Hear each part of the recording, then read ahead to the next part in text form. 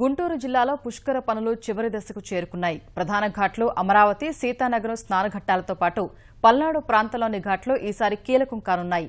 హైదరాబాద్తో పాటు తెలంగాణ జిల్లాల నుంచి ఈ ప్రాంతానికి పెద్ద సంఖ్యలో భక్తులు తరలివచ్చే అవకాశం ఉంది. దీనికి అనుగుణంగానే భారీగా ఏర్పాట్లు చేశారు. రాష్ట్రంలోనే అతిపెద్ద కృష్ణా పరివాహక ప్రాంతమైన గుంటూరు జిల్లాలో కృష్ణా పుష్కరాలకు ఏర్పాట్లు భారీగానే చేస్తున్నారు.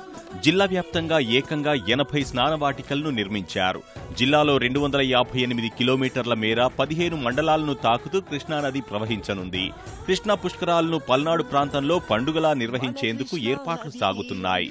గురజాల, మాచర్ల నియోజకవర్గాల్లో 56 కోట్లతో చేపట్టిన పనులన్నీ చివరి దశకు చేరుకున్నాయి. పుష్కర ఘాట్లతో పాటు దైదా, సత్రశాల వంటి పుణ్యక్షేత్రాలను అందంగా ముస్తాబు చేశారు. నల్గొండ, హైదరాబాద్ కు సమీపంలో ఉండే పల్నాడు ప్రాంతానికి పెద్ద సంఖ్యలో భక్తులు తరలివచ్చే అవకాశం ఉంది. నాగార్జున సాగర్ వద్ద విజయపూరి సౌత్, అనుపు, సత్రశాల, దైదా, పొందుగల, రామాపురం, రేగులగడ్డ, వెల్లంపల్లిలో పుష్కర ఘాట్లు సుందరంగా తీర్చిదిద్దారు. సత్రశాలలో శాంతి భద్రతల పరిరక్షణకు డ్రోన్ కెమెరా వినియోగిస్తున్నారు. పుష్కర ఘాట్లలో పెద్ద ఎత్తున సీసీ కెమెరాలు ఏర్పాటు చేశారు. పుష్కర పనులు ప్రజాప్రతినిధులు స్వయంగా పరిశీలించారు. ఈ రోజు ఇది 12 సంవత్సరాలకు ఒకసారి వచ్చే పుష్కరాలు ఒక సెంటిమెంట్తో కూడినాయి, ప్రజల మనోభావాలతో కూడినాయి. కాబట్టి ప్రజలకి అన్ని విధాలుగా అన్ని సౌకర్యాలు అందుబాటులో ఉండే విధంగా కూడా మరి ఈరోజు రాష్ట్ర ప్రభుత్వం సన్నాహాలు చేసింది. ముఖ్యమంత్రి చంద్రబాబు నాయుడు గారి ఆదేశాల ప్రకారం ఆంధ్రప్రదేశ్లో ఈరోజు పుష్కర పనులు శరవేగంగా జరిగినాయి. ఈరోజు పల్నాడు ప్రాంతంలో గురజాల నియోజకవర్గంలో చూస్తే అన్ని పుష్కర ఘాట్లు సర్వాంగ సుందరంగా కూడా తీర్చిదిద్దాం. దైదా, సత్రశాల వంటి చోట్ల దేవాలయాలకు అప్పుడే భక్తుల తాకిడి పెరిగింది. పుష్కర ఘాట్లలో సిమెంట్ పనులు పూర్తవడంతో ఘాట్లను అగ్నిమాపక సిబ్బంది శుభ్రపరుస్తున్నారు.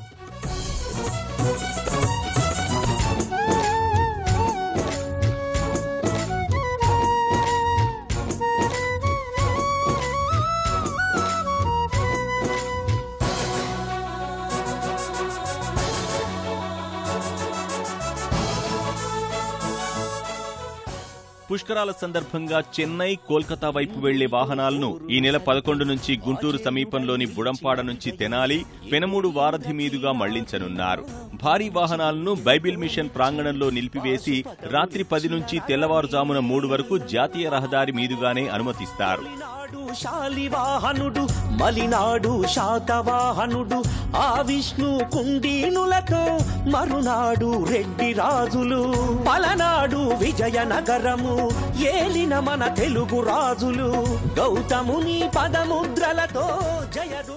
కోల్కతా నుంచి వచ్చే వాహనాలను కత్తిపూడి మీదుగా అమలాపురం, రాజోలు, చించినాడ, పాలకొల్లు, భీమవరం, కైకలూరు, గుడివాడ, చెల్లపల్లి, మోపిదేవి మీదుగా ఒంగోలు వైపు తరలిస్తారు. అదిగో అమరావతి నగరం.